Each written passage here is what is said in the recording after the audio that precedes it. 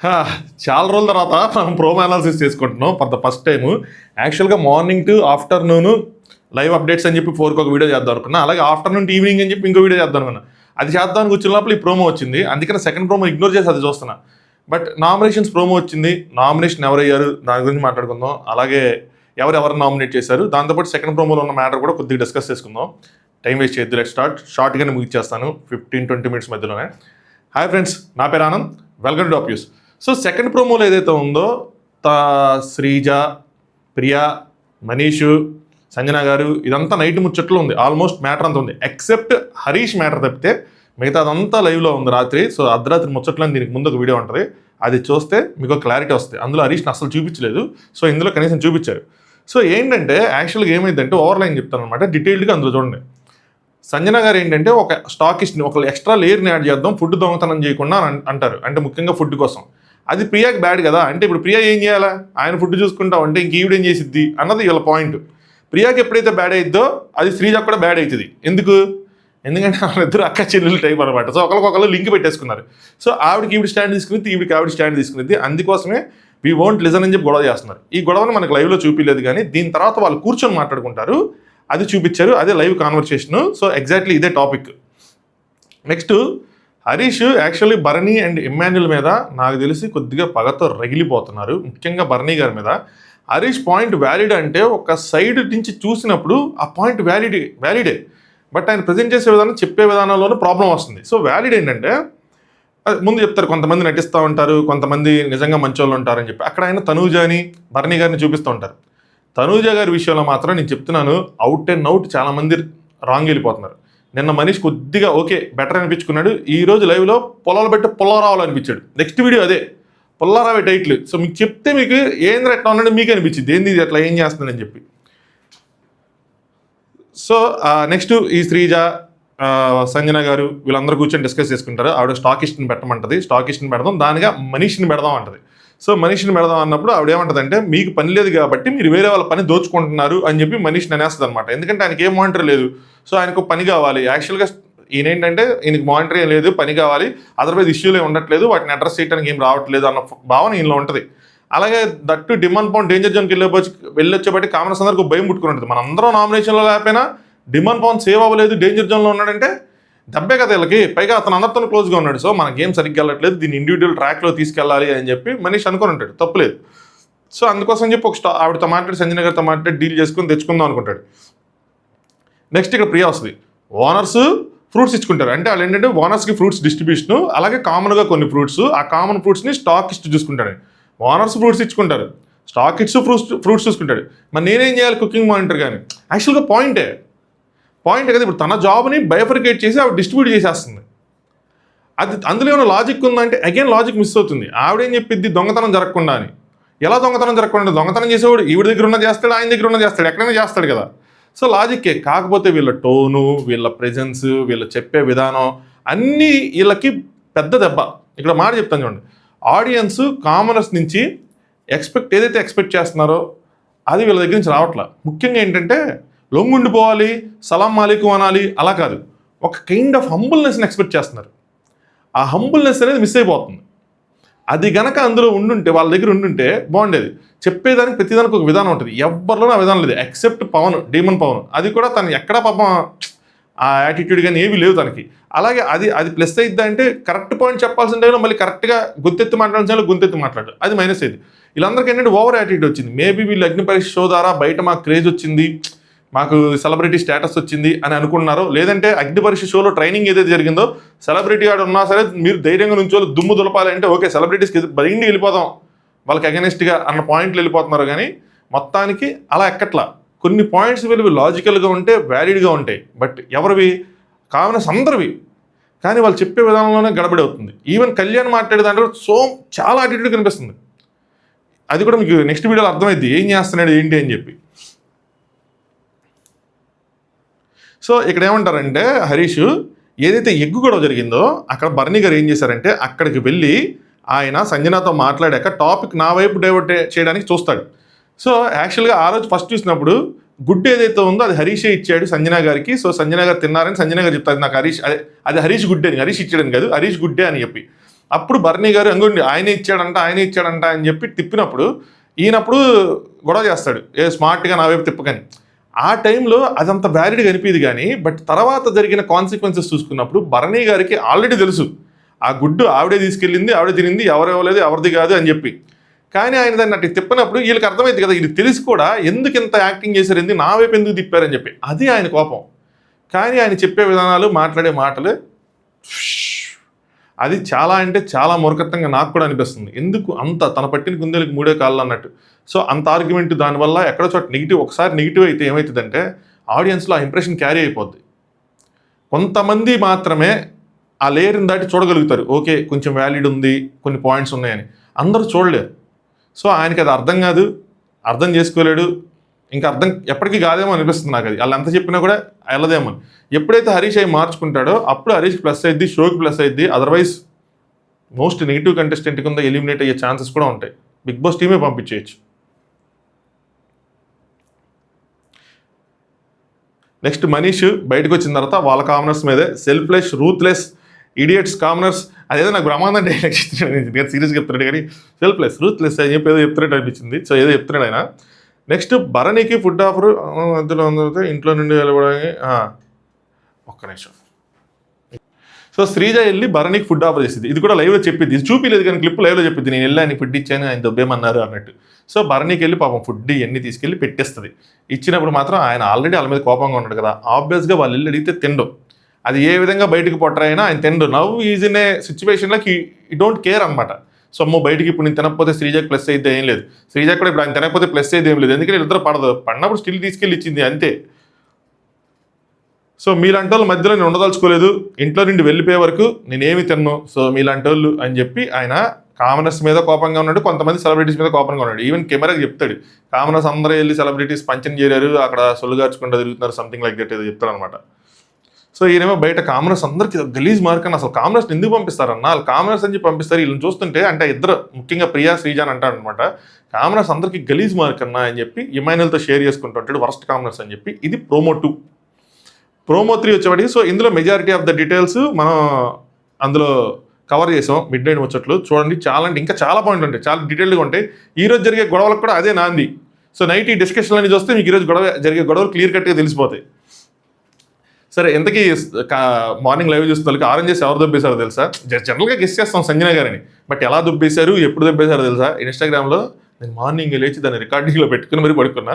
So ఇన్స్టాలో ఆ recording post చేశాను, బ్రాడ్కాస్ట్ ఛానల్లో ఉంటుంది, ఇన్స్టాగ్రామ్ లింక్ కింద డిస్క్రిప్షన్లో ఉంటుంది, వెళ్ళి జాయిన్ అయ్యి అక్కడ మీరు చూడొచ్చు. వీడియో లైక్ చేయమని చెప్పానా చెప్పలా. సో లైక్ చేయండి, మీ ఒపీనియన్స్ కామెంట్ చేయండి, అలాగే కొత్తగా చూసే ఎవరంటే సబ్స్క్రైబ్ చేసుకోండి bro.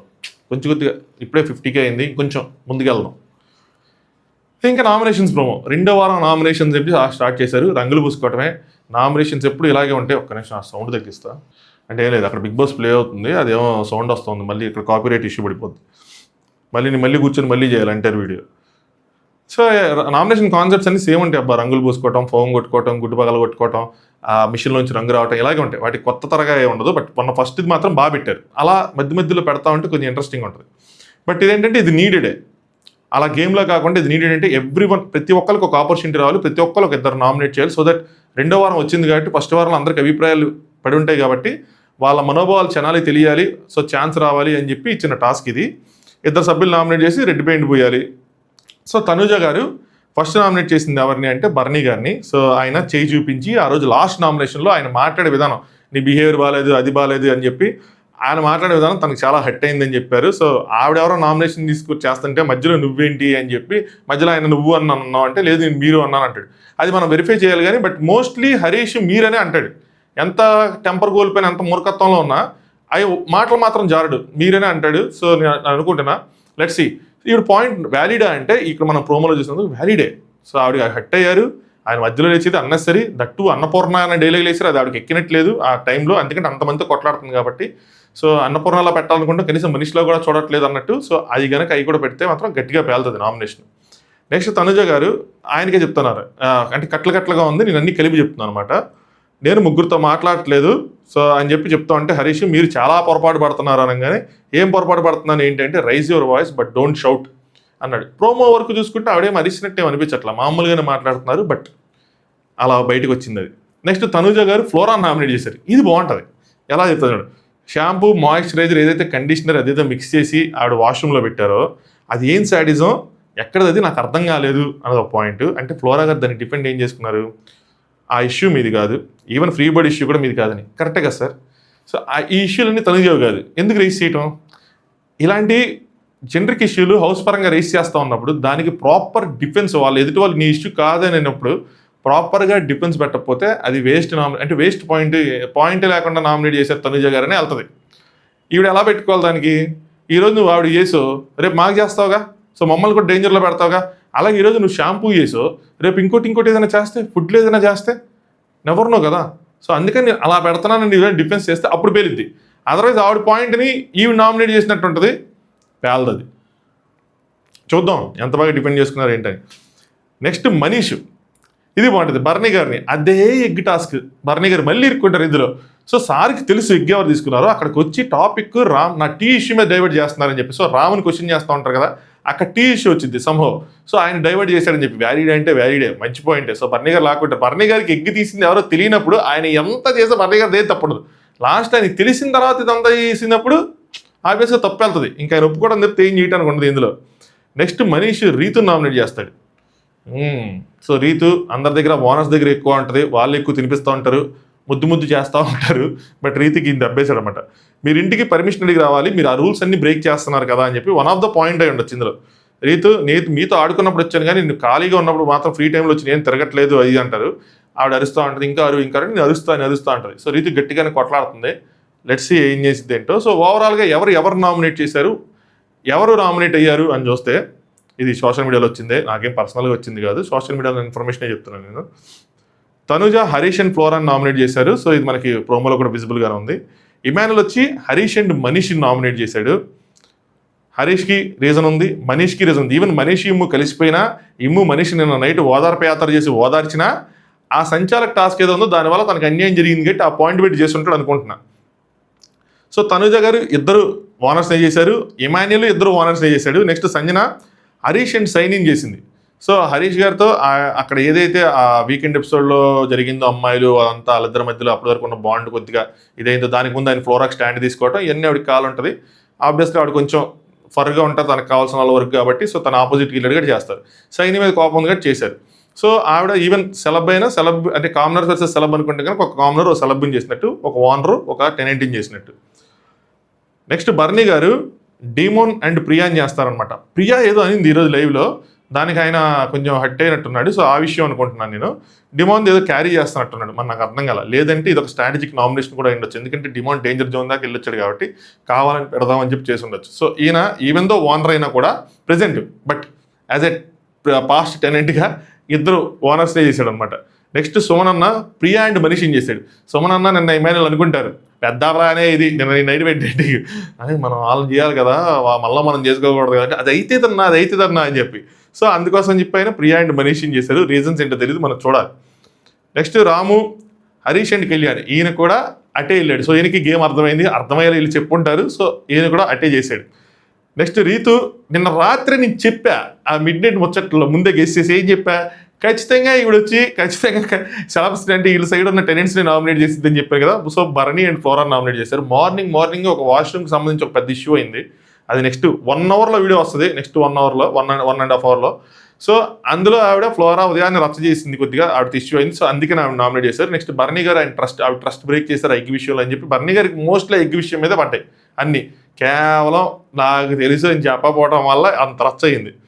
Next Flora Tanuja and demon Pavan nominate చేశారు. సో తనుజ ఇప్పుడు నామినేషన్ చేశారు కాబట్టి రివర్స్ నామినేషన్ చేసి ఉండొచ్చు అని అనుకుంటున్నా. సో డీమన్ పవన్ చేశారనమాట. సో ఆవిడ ఇటు సైడ్ ఉన్నా కూడా ఒకళ్ళిటిగా వేశారు. But most of the tenants మాత్రం ప్లాన్ వర్కౌట్ చేస్తూ ఓనర్స్కే వేశారు, గుద్దారు. సో ఓనర్స్ అందరినీ లాగారు, దొరికిందే ఛాన్స్ కదా అని చెప్పి వాళ్ళ వాళ్ళు చేసుకోకుండా, ఎక్సెప్ట్ ఒకళ్ళిద్దరు తప్పితే. కామనర్స్ ఎవరిని చేశారా అంటే ఇంట్రెస్టింగ్గా ఉంది. కామనర్స్ పై స్టార్ట్ అయింది కాబట్టి మనీష్, బర్నీ అండ్ రీతు. బట్ మనీష్ కామనర్స్లో ఇష్యూస్ ఉన్నా కూడా, ఈవెన్ శ్రీజ ప్రియా మీద ఇష్యూ ఉన్నా కూడా, నిన్న నైట్ అంత రచ్చ జరిగిన తర్వాత కామనర్స్కి ఒక గలీజ్ మార్కు అని చెప్పి తిట్టినా కూడా నాకు ఇక్కడ మనీష్ది కొడుతుంది. ఇంత జరిగిన తర్వాత కూడా ఆయన వెళ్ళి బర్నీ అండ్ రీతుకి వేశారు. పోనీ బర్నీకి ఆ టీవీ షోలో వేశారు అనుకోవచ్చు, కానీ రీతుది పెద్ద విషయమా అని అనిపించింది, అంటే ప్రోమో వరకు. అక్కడ చూసిన మనకు అర్థమైంది. ఎందుకంటే నిన్న ఆయన కన్నీళ్ళు పెట్టుకొని నాకు ఎప్పటి నుంచో ఆపుకుంటున్నా అన్నాడు. అంటే ఎప్పటి నుంచో ఇష్యూలు క్యారీ ఫార్వర్డ్ అవుతూ వస్తున్నాయి, కానీ ఎందుకు చేయలేదు? అంటిల్ అన్లెస్ వాళ్ళకు ఒక మ్యూచువల్ అగ్రిమెంట్ ఉంటుంది తప్పితే ఎందుకు చేయలేదు నాకు అర్థం కాల. నేను రాత్రి అంతా ఏడ్చి అంత కాల్ చేసి వాళ్ళిద్దరిని చెప్పడం ఏంటి? I hope this information wrong అయితే ఓకే, లేదంటే మాత్రం గట్టిగానే ఉంటుంది రాత్రి. నెక్స్ట్ ప్రియా, ఫ్లోరా అండ్ బర్నింగ్ చేశారు. సో ప్రియా కామనర్సే సెలబ్స్ అన్నట్టు అటే వెళ్ళారన్నమాట. Next Sreeja, Harish and Barni. ఒకటి హరీష్కి వేశారు, ఒకటి బర్నీకి వేశారు. ఎందుకంటే హరీష్కి ఆవిడకి పట్టడం లేదు కాబట్టి హరీష్కి వేశారు. రెండోది కూడా బర్నీకి వేయకుండా కావాలంటే ఈయనకి వేయచ్చు, ఎవరికి? మనీష్కి, కానీ వేయలే, ఆవిడకి బర్నీకి వేశారు అనమాట. నెక్స్ట్ పవన్, బర్నీ అండ్ హరీష్, ఈయన కూడా same pattern. So maximum commoners అందరూ గుద్దుకుంటూ వెళ్ళారు అనమాట. పవన్ అంటే Pavan Kalyan. Next Harish, Emmanuel and Bharani. So వాళ్ళిద్దరితో ఇష్యూస్ ఉన్నాయి కాబట్టి వాళ్ళిద్దరికి వేశారు. ముఖ్యంగా ఎగ్ టాస్క్లో ఆవిడ సంజనాని ఇటు తిప్పించాడు కాబట్టి, అంటే సంజన గారు చెప్పిన తర్వాత దాన్ని స్మార్ట్గా తిప్పాలని ట్రై చేశాడు కాబట్టి ఆ పాయింట్ పెట్టుంటారు. నెక్స్ట్ ఇమాన్యుల్ ఆ గొడవ, ఆ కెప్టెన్సీ టాస్ దగ్గర గొడవ అన్నది. నెక్స్ట్ డీమన్ పవన్ వచ్చేపాటికి మనీష్ అండ్ హరీష్. డీమన్ పవన్ ఒక్కడు వాళ్ళ దాంట్లో ఉన్న ఇద్దరిని నామినేట్ చేశాడు, వాళ్ళ దాంట్లో ఉన్న వాళ్ళని. సో ఈయన కొంచెం వీళ్ళతో ఎక్కువ మూవ్ అవుతున్నాడు, మంచి రీజన్స్ పెట్టాడు అనుకున్నా. సో ఓవరాల్గా ఎవరెవరు నామినేట్ అయ్యారంటే ప్రెసెంట్ నేను షాక్ అయ్యాను ఈ లిస్ట్ చూసి. నాకు ఫస్ట్ అసలు ఉదయం నుంచి పోస్ట్ చేద్దామని నమ్మబుద్ధిగా అట్లా నమ్మబుల్గా అనిపించట్లా. ఎందుకంటే అంతమంది అన్ని నామినేషన్లు జరిగితే కొంతమంది నామినేట్ అయ్యారు, కొన్ని ఓట్లు అసలు కలిసి చేయాలి. అందరూ ఒక్కొక్కటి పడి ఉంటుంది మ్యాక్సిమం అందరికీ. సో ఒక్కొక్కటి పడింది కాబట్టి ఇటు నుంచి ఓనర్స్ అంటే ఇప్పుడు మరి బర్నీ గారిని అట్టే కలపాలి కానీ, బట్ స్టిల్ పాస్ట్ వీక్ కాబట్టి బర్నీ అండ్ ఫ్లోరా ఇటు నుంచి వచ్చేపటికి హరీష్, ప్రియా, మనీష్ వీళ్ళు నామినేట్ అయ్యారు. అదేంటి డీమన్ పవన్ అవ్వలేదా? సో ఇదన్నమాట సంగతి. ఇంట్రెస్టింగ్. ఈ లిస్ట్ రాంగ్ ఏమో అని నాకు పడుతుంది కానీ, బట్ స్టిల్ వీళ్ళు 5 అనుకుంటున్నా. ఇంకొకసారి చెక్ చేయనా, ఎందుకైనా మంచిది. సో చెక్ చేస్తాను. ఓ సారీ, డీమన్ పవన్ కూడా ఉన్నాడు, 2 ఓట్లు పడినట్టున్నాయి. So Bharani, Flora, Harish, Priya, Manish and demon Pavan వీళ్ళు ఉన్నారు. అగైన్ మళ్ళీ డీమన్ పవన్ వెళ్ళి లాస్ట్లో నుంచి ఉంటాడా against Flora versus demon Pavan నుంచి ఉంటారా, లేదంటే కొత్త వాళ్ళు ఎవరైనా ప్రియా లాంటి వాళ్ళు వచ్చి నుంచుంటారా, హరీష్ లాంటి వాళ్ళు వచ్చి నుంచుంటారా? ఇంట్రెస్టింగ్గా ఉండబోతుంది ఈ వారం ఎలిమినేషన్. ఫ్లోరా గారు కొద్దిగా కంటెంట్ అయితే ఇచ్చేలాగే ఉన్నారు, కొన్ని ఇష్యూస్ అయితే అయ్యేలాగే ఉన్నాయి. దాని ప్రకారం చూసుకుంటే ఆవిడ సేవ్ అయ్యే అవకాశం కూడా ఉంది. సో ఇది 2 ప్రోమోలకు సంబంధించిన డీటెయిల్స్ చాలా క్విక్గానే చెప్పాను అనుకుంటున్నాను. సో నెక్స్ట్ ఇంకొక 1.5 అవర్లో మార్నింగ్ టు ఆఫ్టర్నూన్ ఇంట్రెస్టింగ్గా ఉంటుంది, చాలా అంటే చాలా ఇంట్రెస్టింగ్ ఉంటుంది. వాళ్ళు కొంతమంది ఫేస్లు మన క్లియర్గా ఎక్స్పోజ్ అయిపోతాయి అనమాట. వాళ్ళ టార్గెట్ ఎవరు, వాళ్ళు ఏం చేస్తున్నారు, ఎలా పొలంలో పెడుతున్నారు అన్న చూసిన తర్వాత మీకు క్లారిటీ వస్తుంది. అది మాత్రం మిస్ అవ్వద్దు. సో అది సంగతి. వీడియో లైక్ చేయండి, ఛానల్ సబ్స్క్రైబ్ చేసుకోండి. Thanks for watching. Top news.